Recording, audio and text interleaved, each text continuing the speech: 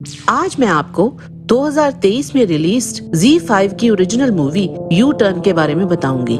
हालांकि ये movie horror movie के जॉनरा में है, लेकिन इसमें हॉरर ना के ही बराबर है, लेकिन स्टोरी अच्छी है। इस वीडियो में कुछ स्पॉयलर्स भी हैं, तो अगर आप स्पॉयलर्स नहीं चाहते तो आप पहले मूवी देख लें।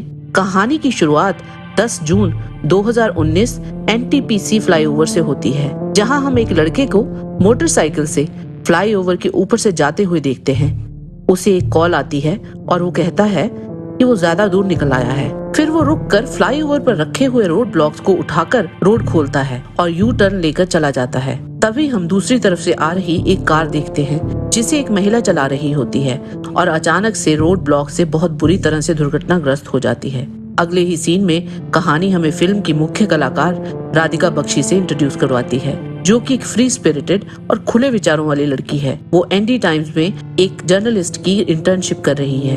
फिर हम दोबारा से एक आदमी को एनटीपीसी फ्लाईओवर पर रोड ब्लॉक हटाकर यू टर्न लेते हुए देखते हैं और उसी ब्रिज पर एक बौने भिखारी को उस आदमी का लाइसेंस प्लेट लिखते हुए देखते हैं। उस यू टर्न लेने वाले आदमी का नाम दीपक कुमार है और हम उसे अपने ऑफिस में चाय की चुस्की लेते हुए जलेबी खाते हुए देखते हैं और वो अपने मोबाइल पर अपनी पत्नी के साथ झगड़ रहा होता है। अगले ही सीन में हम उसे उसके घर पर उसकी पत्नी और बच्चे के साथ देखते हैं। उसकी पत्नी अपने बच्चे को साथ लेकर घर छोड़कर चली जाती है।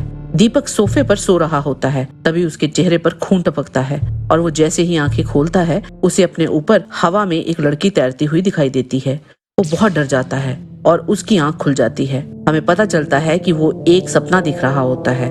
उसी वक्त उसे दूसरे कमरे से एक बच्चे की आवाज सुनाई देती है। उधर राधिका दीपक कुमार के फ्लैट के बाहर पहुंचकर अपनी स्कूटी खड़ी करती है। फिर हम दीपक कुमार के साथ अजीबोगरीब चीजें होते हुए देखते हैं और वो बहुत डर जाता है। सीन बदलता है, हम राधिका की सोशल लाइफ का सीन देखते हैं। उसके काम से एक लड़का उसे डेट पर जाने के लिए पूछता है। राधिका उसके साथ चली जाती है। जब वो उसे घर वापस छोड़ता है तो दूसरे सीन में ही हम देखते हैं कि दीपक कुमार अपने आप को मार लेता है अपनी कलाई काटकर। चूंकि राधिका दीपक कुमार से मिलने गई होती है, पुलिस राधिका को लेने उसके घर पहुंच जाती है। जब राधिका डेट से वापस आ रही होती है, तब राधिका को पुलिस ऑफिस में ले जाया जाता है, जहां पुलिस उससे दीपक की मौत के बारे में पूछताछ करती है।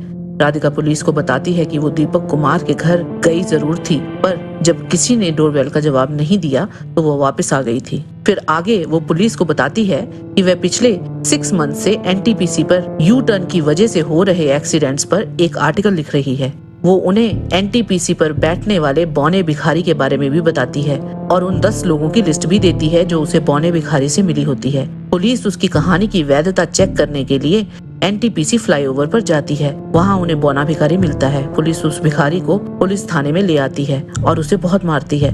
तब राधिका उन्हें रोकते हुए बताती है कि वो बौना भिखारी गूंगा है। तभी कहानी में अगला ट्विस्ट आता है। एक पुलिस वाला जो राधिका की दी हुई लिस्ट को चेक कर रहा होता है, थाना इंचार्ज अर्जुन को कुछ बताता है। थाना अधिकारी अर्जुन राधिका पर चिल्ला उठता है और पूछता है कि कौन कौन जानता है उसकी लिस्ट के बारे में और क्या वो कभी उनसे मिली है। राधिका कहती है कि उसने उस लिस्ट में से कुछ लोगों के इंटरव्यू किए हैं। तभी एक पुलिस वाला एक कागज का टुकड़ा लाकर अर्जुन को देता है और बताता है कि वह कागज उसे भिखारी की जेब से मिला है। अर्जुन राधिका से पूछता है उस नंबर के बारे में, तो राधिका कहती है शायद वो नंबर आज जिसने यू टर्न लिया है उसका है। पुलिस नंबर से एड्रेस निकालती है और एडवोकेट सिद्धांत सचदेवा के घर पहुंचती है। वो बहुत गुस्से वाला और रूड किस्म का व्यक्ति है। वो पुलिस को वारंट के बिना आने के लिए धमकी देता है। पुलिस इंस्पेक्टर अर्जुन 2 पुलिस वालों को उस एडवोकेट के घर के बाहर ही तैनात कर देता है और खुद राधिका को साथ लेकर वापस पुलिस थाने आने लगता है। अर्जुन की गाड़ी एडवोकेट के फ्लैट से बाहर ही निकल रही होती है कि तभी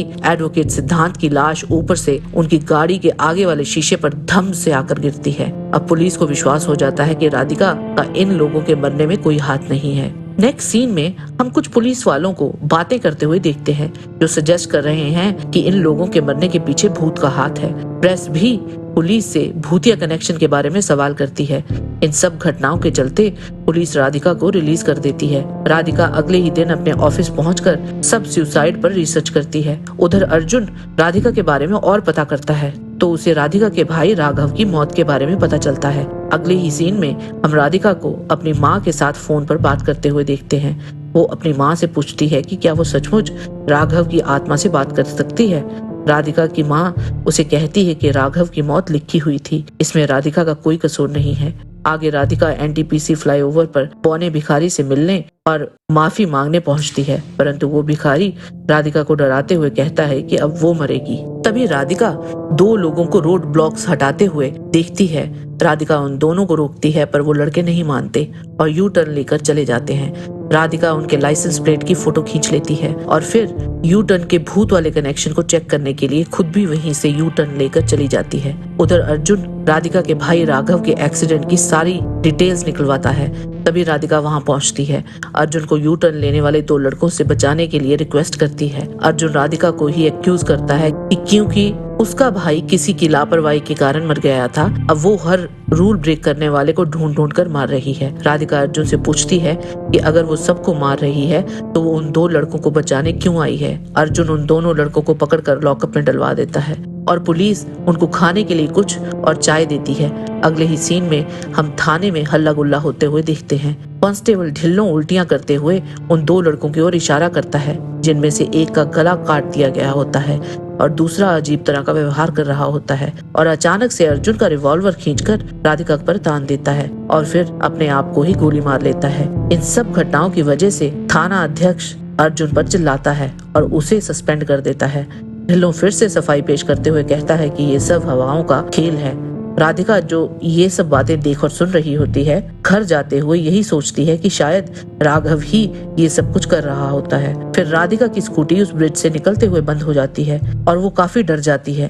फिर घर पहुंचकर उसके साथ अजीबोगरीब सी घटनाएं होती हैं, जिनसे राधिका बहुत डर जाती है और उसका शक पक्का होता जाता है। तभी राधिका को उसकी कॉलीग दिव्या का फोन आता है कि जो फुटेज वो मांग रही थी वो उसे मिल गई है और वो उसे ईमेल में भेज रही है। राधिका उस क्लिप को खोलकर देखती है, जिसमें एक आदमी लिफ्ट के अंदर आता है और फिर अचानक से अजीब सा व्यवहार करने लगता है और खुद को मारना शुरू कर देता है और अपनी ही गर्दन काट लेता है। तभी राधिका को उसका मरा हुआ भाई दिखाई देता है और वो बहुत डर जाती है। ऑफिस में राधिका अपने फ्रेंड आदि के साथ अपनी परेशानी शेयर करती है और वो उसे समझाता है कि डर का सामना करना चाहिए, ना कि भागना।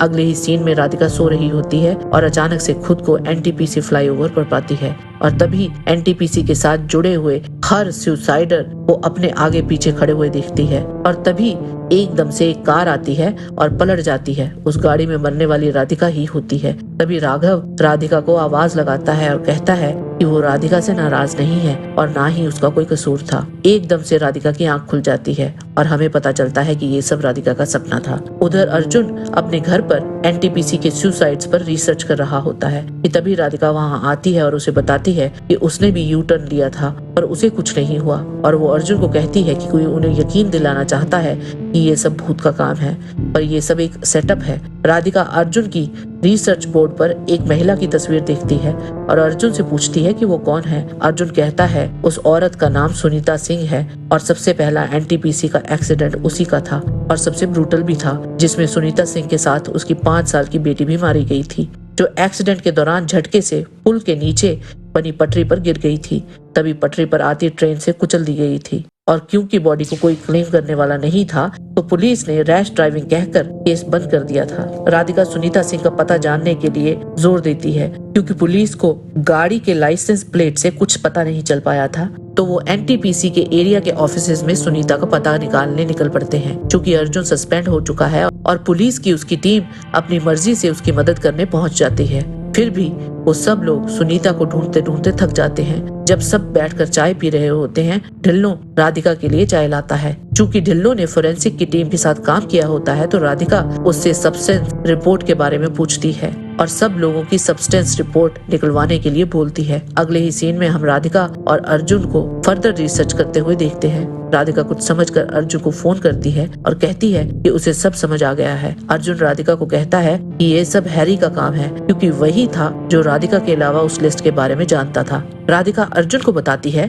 कि उसे सुनीता का पति मिल गया है। तभी अर्जुन का एक्सीडेंट हो जाता है एक ट्रक के साथ और उधर राधिका को कोई पीछे से मारता है। नेक्स्ट सीन में हम राधिका को एक कुर्सी पर बंधे हुए देखते हैं और तभी हम ढिल्लो को वहाँ देखते हैं जो राधिका को बताता है कि वो सुनीता का पति है, सब यू टर्न लेने वालों को पनिश कर रहा है। हैरी उसका भाई है, वो लिस्ट के सब लोगों को फियर ड्रग देकर फियर इंड्यूस करता था और वो लोग उस ड्रग के चलते खुद को ही मार लेते थे और वो उसी ड्रग को राधिका को इंजेक्ट करने लगता है। तब राधिका ढिल्लो को धक्का देकर वहाँ से भाग खड़ी होती है। ढिल्लो राधिका का पीछा करता है और उसे बोलता है कि वो दोनों एक ही काम कर रहे हैं। राधिका ढिल्लो को बताती है कि वो उसे तभी पहचान गई थी जब वो उसे चाय पिला रहा था और उसके पॉकेट से उसकी फियर ड्रग गिर गई थी। राधिका ने चाय के कपों की अदला बदली कर दी थी। तभी फियर ड्रग अपना काम करती है और ढिल्लो को अपनी मरी हुई पत्नी और बच्ची दिखाई देती है और वो बहुत हाइट से गिरकर मर जाता है। तो गाइस, कैसी लगी आपको ये मूवी? कमेंट बॉक्स में बताइएगा। मैं आपसे फिर मिलूंगी एक और फिल्म के साथ। Thank you for watching. Take care. Bye.